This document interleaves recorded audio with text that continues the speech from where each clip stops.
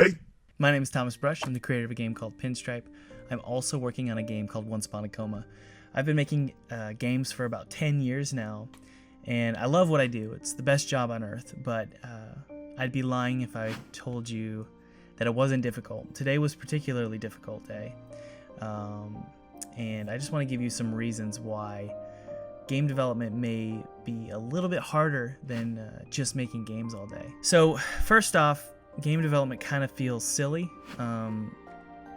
especially when you're first starting out making games.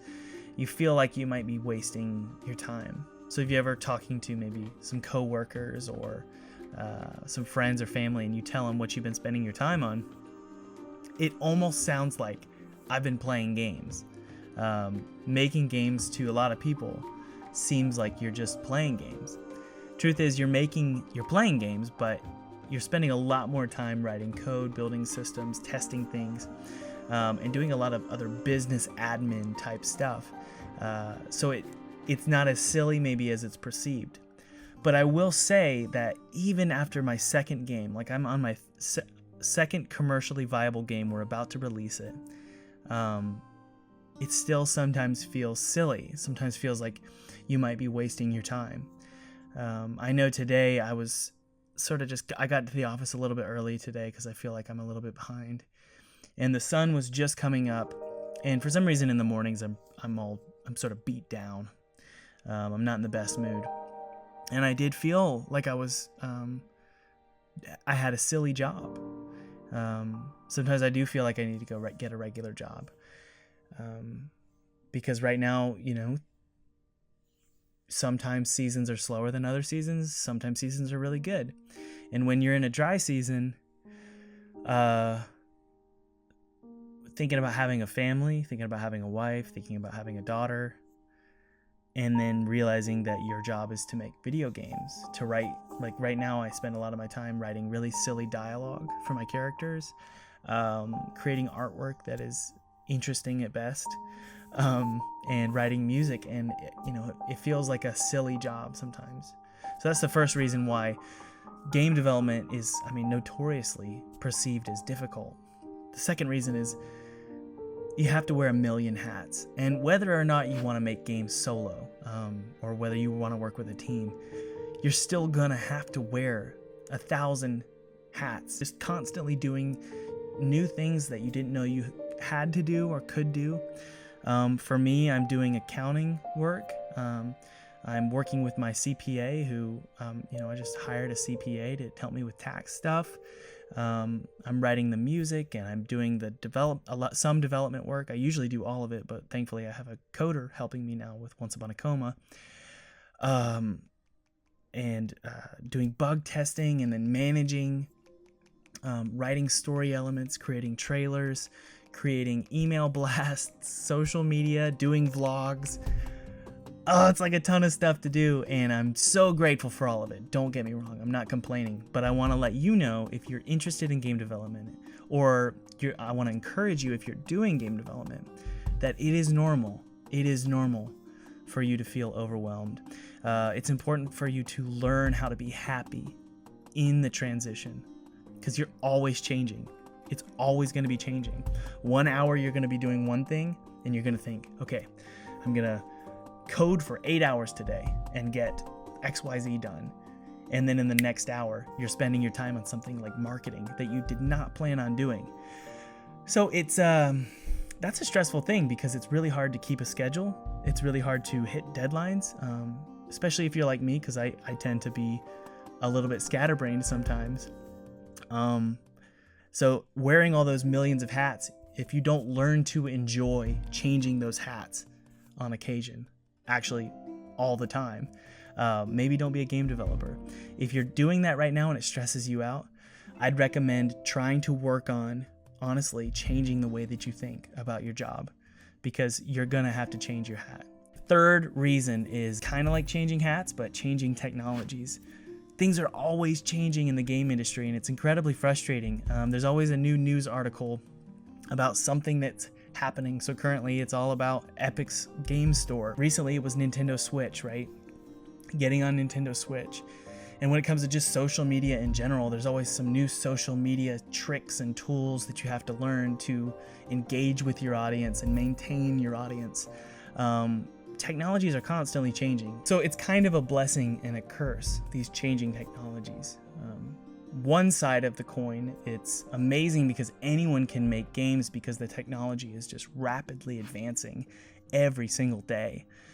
The other reason why it's a curse is you always have to have on that entrepreneur hat. And if you take off the entrepreneur hat for a day and then you put it back on, you're like, crap, I just missed a bunch of new stuff that came out. So it can be kind of discouraging to feel like, because I always feel like I don't fully feel like I'm always there with the new technologies. So obviously, if you make enough money as a studio, you can hire people to start wearing these hats. But especially starting out, it is going to be tough to wear all those hats and then also deal with the changing technology, being an entrepreneur while managing a company. So the fourth reason is the loneliness. Today was weird for me because I felt a little. I thought I was getting over the loneliness thing with game development. I thought I was like, okay, I'm done with that. I like what I do now. Today was weird. Got up in the morning and felt lonely, and I felt lonely up until now.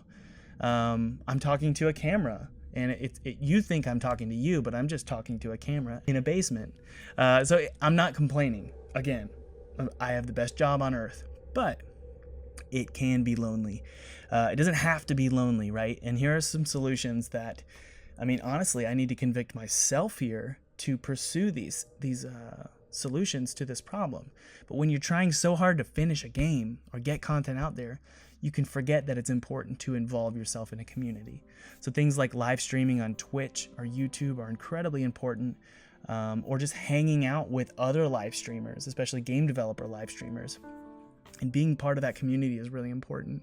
Going to local meetups or game jams is really important. Another thing you can do is just hang out on a Discord server.